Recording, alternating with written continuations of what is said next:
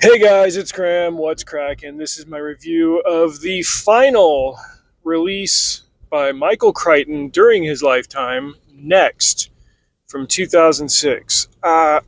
Sorry, I'm breaking in a new pair of boots at work right now. They gave me a voucher. I went and grabbed a new one, and boots have gotten really expensive. Used to be with the voucher, I could spend like $40, and now it's like the voucher covers maybe half of it. And I switched from a 10-inch to an 8-inch boot, and they wear different on my ankles. Frick, my legs are killing me. Seems like wearing cinder blocks. But enough of that. Okay, so this was, man, 2006 was a bad year for me personally, and I'm always going to remember that I was looking forward to, well, there's at least another Michael Crichton book, and I usually like Michael Crichton books, so I'll read this one, and I read it, and I was like, this sucks.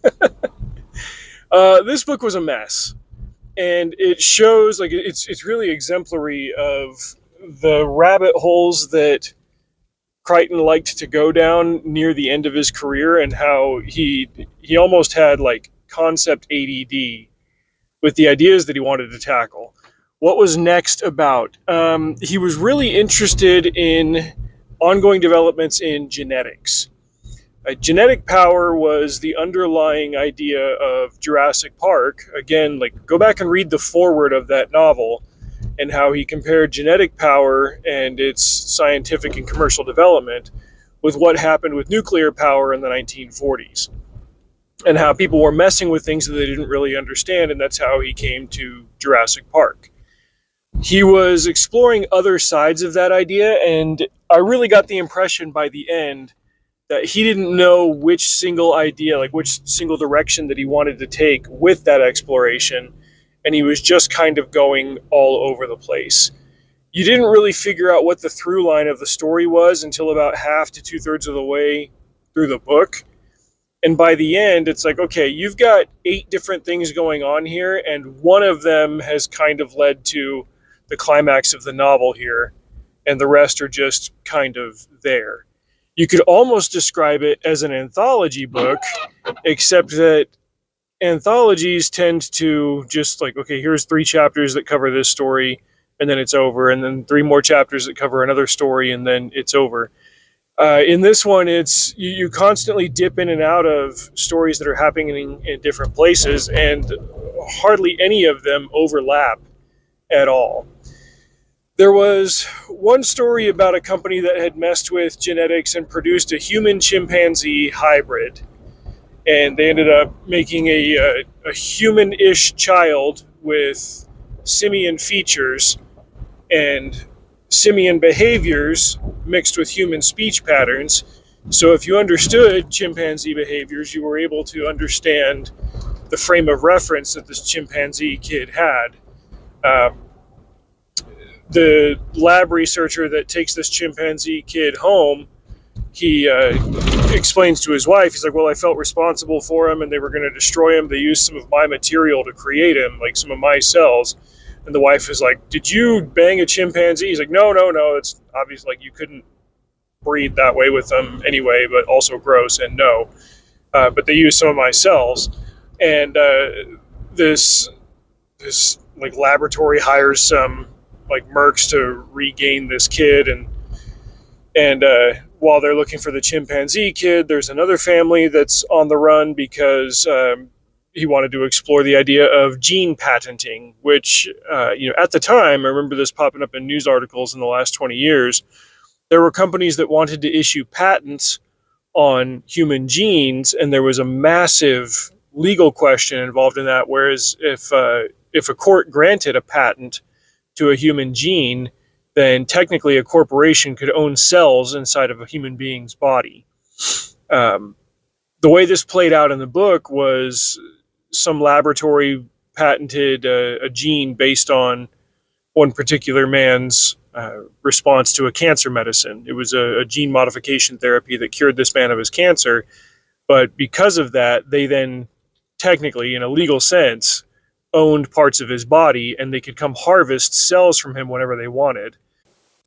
This ended up being a problem, as you might imagine, and the guy ended up going into hiding because he didn't want these scientists showing up and just cutting pieces out of his body whenever it suited them. But they needed the financial benefit that would come from having the most dominant cancer medication on the market. So they find out that this guy has an adult daughter who has like an 8-year-old son, and they're like, well, we can harvest similar material from the grandson because it'll have the Y chromosome in it and such, and they go after him, and you get a little bit more of the action, suspense, thriller element type of the story as the mom and the son go on the run from these mercs that are trying to harvest genes by force. There were a bunch of other random asides where you would occasionally drop in on other characters whose stories had nothing to do with like the one main storyline that there was. There was a quick drop in on like a mega power couple in LA that was getting divorced, and the husband wanted a bunch of psychological and genetic evaluations done on his wife, because if he could prove that he was divorcing her because of her bad behaviors that were pushed by her genetics or something, that he was then not liable for her financial support after the fact or some such.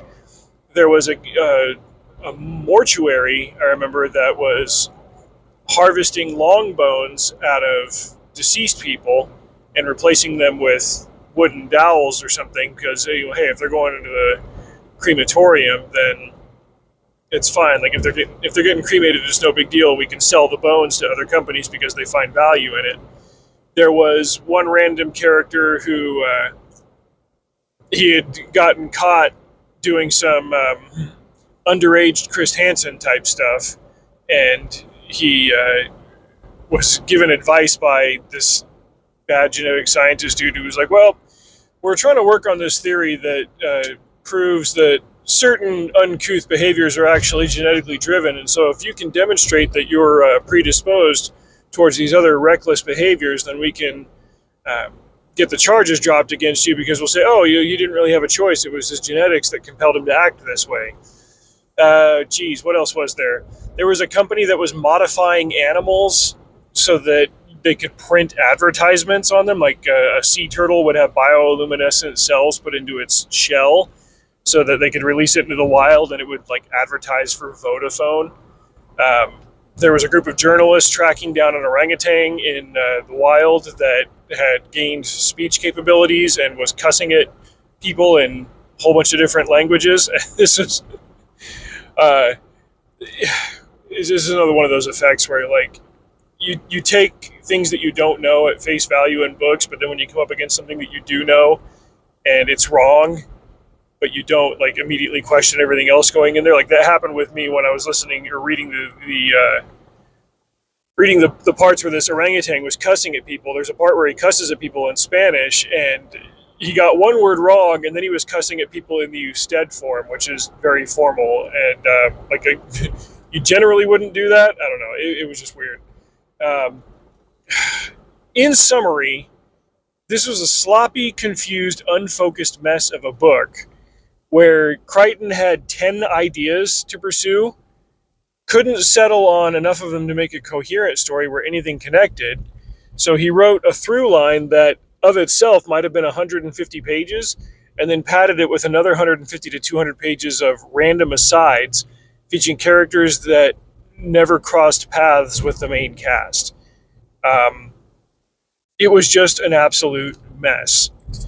And as I've reflected on this book over the years, I remember like kind of being predisposed to giving it a pass at the time just because I really loved other works by Michael Crichton. But here's the thing, even a great author can produce a bad book. And if you were to take the author's name off of a bad book and just read that book for what it was, what would your honest reaction to it be? With Next, I would have to say this is probably the worst Michael Crichton book that I've read.